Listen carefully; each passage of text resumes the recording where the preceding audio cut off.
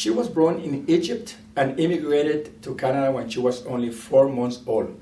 She's a Canadian journalist, communication professional, and human rights activist. She was also appointed by the Prime Minister Justin Trudeau as Canada's first special representative on combating Islamophobia. Welcome, Amira, to Quienes, Somos. Finally, we are able to do this interview, and I truly appreciate that you make the time to come today, even though we're having a snowstorm. Yeah. But here we are, and last month, Amira, marked the second anniversary since you were appointed as the special representative on combating Islamophobia by Prime Minister Justin Trudeau. What have been the major challenges that you have faced so far in these 2 years? Mm-hmm. Well, first of all, welcome, Danilo. It's such a pleasure to have a chance to chat with you, and I've always really appreciated your commitment to just creating these opportunities to have conversations about being in Canada, being Canadian, and just representing that beautiful pluralism and diversity of our country. So just thank you so much. And so in terms of challenges, the whole reason the office was established came after the very tragic killing of the London family in 2021, which was shocking to all Canadians, that a Canadian Muslim family out on an evening walk were deliberately targeted in that attack. And so communities called on the federal government to do something. And among the many, many recommendations that were made to the federal, provincial, municipal governments, they called for an office to combat Islamophobia at the federal level. So that's sort of how this role came about. And since my appointment over the past 2 years, it's been challenging in so many different kinds of ways because, first of all, it's new. And so, as those who work in government know, it does take time to set up a new government department or office within a department. I'm in Heritage. I report to Minister Kamal Kira, who is the Minister of Diversity and Inclusion. And over the last 2 years, what we've really been doing is listening to what communities have been asking for in terms of ensuring that we support Canadian Muslims in terms of their safety, their well-being, the rise in Islamophobia. And so we've seen over the past even year and a half with what happened on October 7th and subsequently, a rise in anti-Arab, anti-Palestinian racism alongside Islamophobia, which has really led to a lot of fears, a lot of worries in our communities, impacts in schools and universities and workplaces, and the need for our office really continues to be quite high because what we have been trying to do is channel the concerns into advice that we provide, that my office provides to the various ministers as well as government officials on the policies and how they're impacting. So the challenges are just to continue to do that work in a way that's as effective as possible, given that on a day-to-day basis there's so much happening that is impacting that safety and well-being. Now, Amira, Islamophobia and anti-Muslim hate, if we can say, have increased in the last few years. What do you think are the factors that have contributed to this increase of hatred? Mm-hmm. Yeah, no, it's a good question, Danilo. I think first, even just taking a big step back, we know that overall in Canadian society, we're seeing polarization. So we're seeing a lot of particularly online narratives that are very divisive. If you go on any social media platform, you sadly will find a lot of very hateful comments about many different communities and targeting different people. When it comes to Islamophobia, we have actually seen at one point, one figure as high as 422% increase in online hate targeting Muslims in Canada. We've also seen police-reported hate crimes for 2023 up by 94%. These are just a few numbers. And I can list many more, but just to say overall, there is sadly the spaces where very harmful ideas and stereotypes about Muslims continue to circulate and find a lot of sort of interest.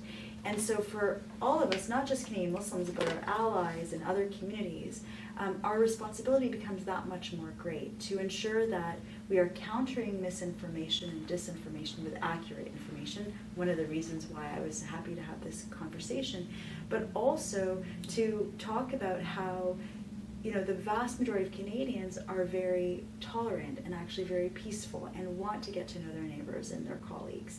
And so we have to figure out ways in our own spaces to create that positive support for one another and not let the division that is circulating online impact our own person-to-person organizational relationships. Now, one thing that I find very interesting, Amira, and I wanted to mention, is that, but before I make that remarks, is that what region do you think that in Canada is where you see this increase Canada-wide? Like Quebec, BC? So Islamophobia impacts all of Canada, and it's actually a worldwide phenomenon. Unfortunately, just like other forms of hate that we would condemn, anti-Black racism, anti-Semitism, anti-Asian racism, the list goes on, anti-Indigenous hate, etc. So this is a phenomenon that all Canadians really have an interest in supporting and addressing. One poll showed that nearly half of Canadians want to be allies, and they want resources and tools on how to be allies. So one of the things our office has been doing, and I encourage your viewers to subscribe to our newsletter, is to point out when there are resources available, to provide, we're going to work on a guide now that will provide some outlines of how to be an ally, how to address that misinformation about Canadian Muslims.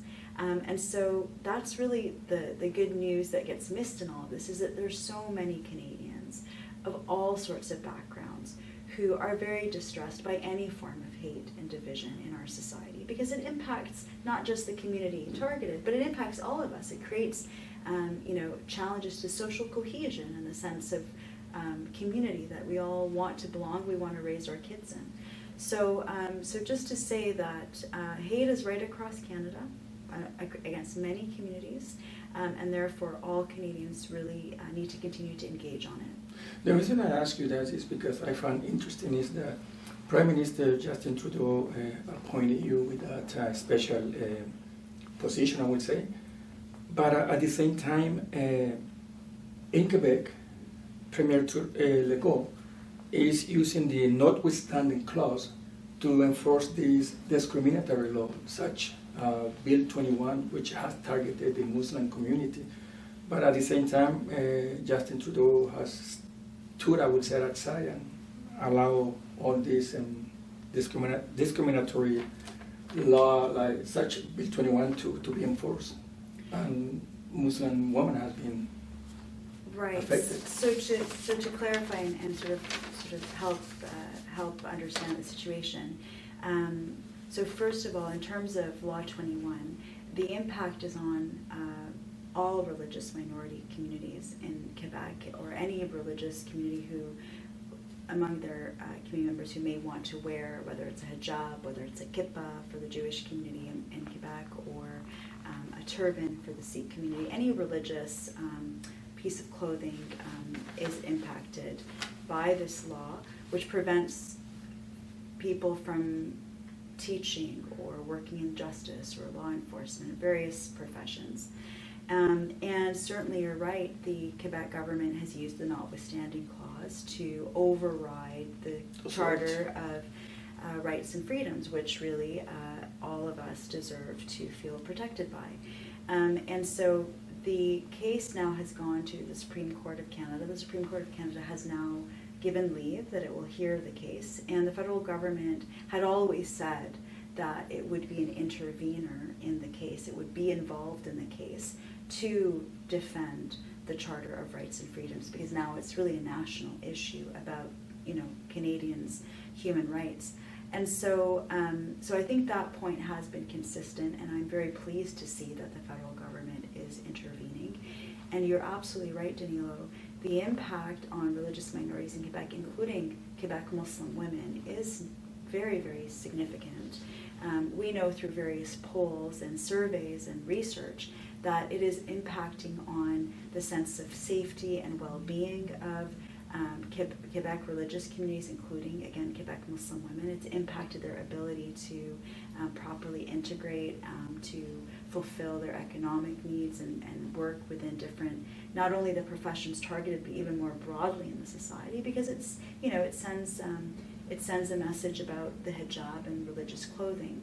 So, I've been clear to say that the impact has been quite discriminatory on communities that are facing this, and we've heard that referenced in one of the court cases at the Quebec Superior Court. A judge did look at it and say, yes, it's very clear there's a disproportionate impact on Quebec Muslim women, and he went so far as to call it cruel in the way that it impacted Quebec Muslim women, so and could impact minority communities. So I think it's really important that we, as Canadians, really think deeply about what does it mean to be a Canadian, what does it mean to have these rights and freedoms that make us proud of our democracy, proud to raise our children in a place where they're free. And frankly, one of the reasons I took this role is I am so proud of Canada. I love Canada very much.